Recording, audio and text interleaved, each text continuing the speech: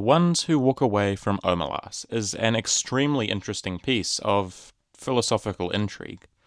It is a fictional short story that explores consequential ethics and disengaging with an immoral society. In this video, I'm going to be exploring ethics, consequentialism, and what this means for political philosophy. I'm going to start by reading an abridged version of the story so you can get what we're talking about here.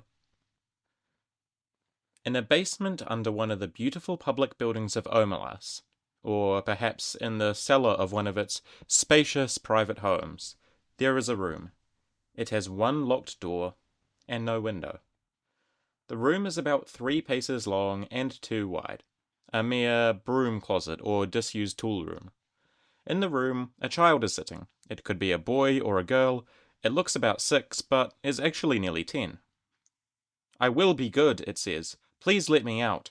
I will be good." But they never answer. The child used to scream for help at night, and cry a good deal, but now it only makes a kind of whining, and it speaks less often. It is so thin that there are no calves to its legs. Its belly protrudes. It lives on a half bowl of cornmeal and grease a day. It is naked as it sits in its own excrement continually. They all know it is there, the people of Omelas. They all understand that their happiness, the beauty of their city, the tenderness of their friendships, the health of their children, the wisdom of their scholars, the skill of their makers, even the abundance of their harvest and the kindly weathers of their skies, wholly depend on this child's abominable misery. At times, one of the adolescent girls or boys who go to see the child does not go home to weep or rage, does not, in fact, go home at all. Sometimes a man or a woman much older falls silent for a day or two, then leaves home. These people go out into the street and walk down the street alone. They keep walking, and walk straight out of the city of Omelas, through the beautiful gates.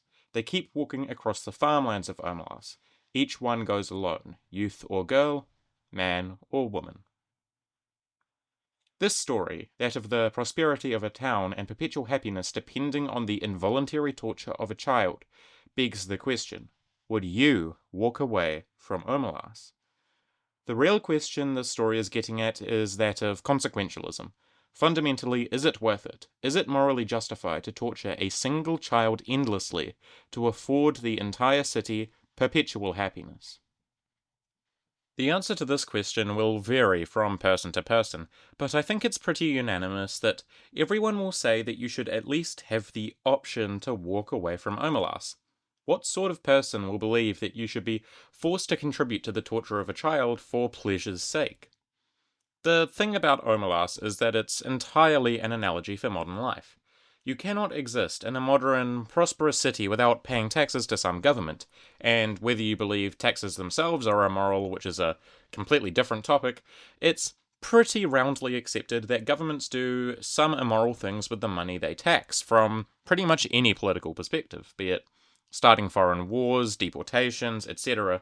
Everyone to some degree will disagree with the governments on some ethical level. And so, your existence in a modern society is based on some immoral behavior analogous to the torture of the child of Omelas. But there is one striking difference. You cannot walk away from Omelas. If you establish some self-sufficient homestead hundreds of miles from civilization, the government will come and ask for your money. And by ask, I mean knock on your door and make you give it to them. This is because the government claims ownership over all land in a country's territory in most cases. So, if you're settling on their land, you have to pay your taxes.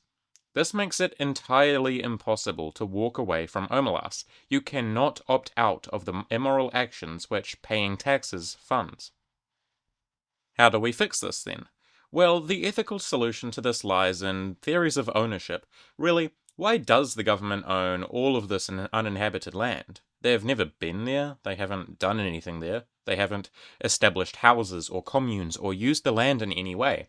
They have merely pointed in the vague direction of the land and said they own everything around it. This is just not how ownership works ethically. You can't just point at something and pretend you own it. If this were how ownership actually worked, you would have conflicts all the time. If someone says they point to something first, how can you dispute that? There's no way out of this contradiction. The only objective way to actually convey ownership is to be the first to appropriate the land or material in a way that is indisputable. So if I want to claim a plot of land somewhere in the woods, I can go there and build a house, till the soil, plant some seeds, and put up some fences. That way, if you go to the land and claim it's yours, it's pretty obvious that I was there first and that I have ownership rights to this land.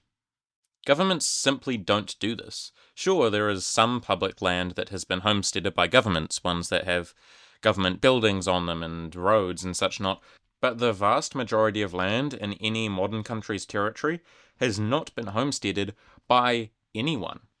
The issue with this is that if you refuse to engage with a government in your hermit homestead ages away, you are threatened with violence until you pay your taxes. You cannot walk away from Omelas.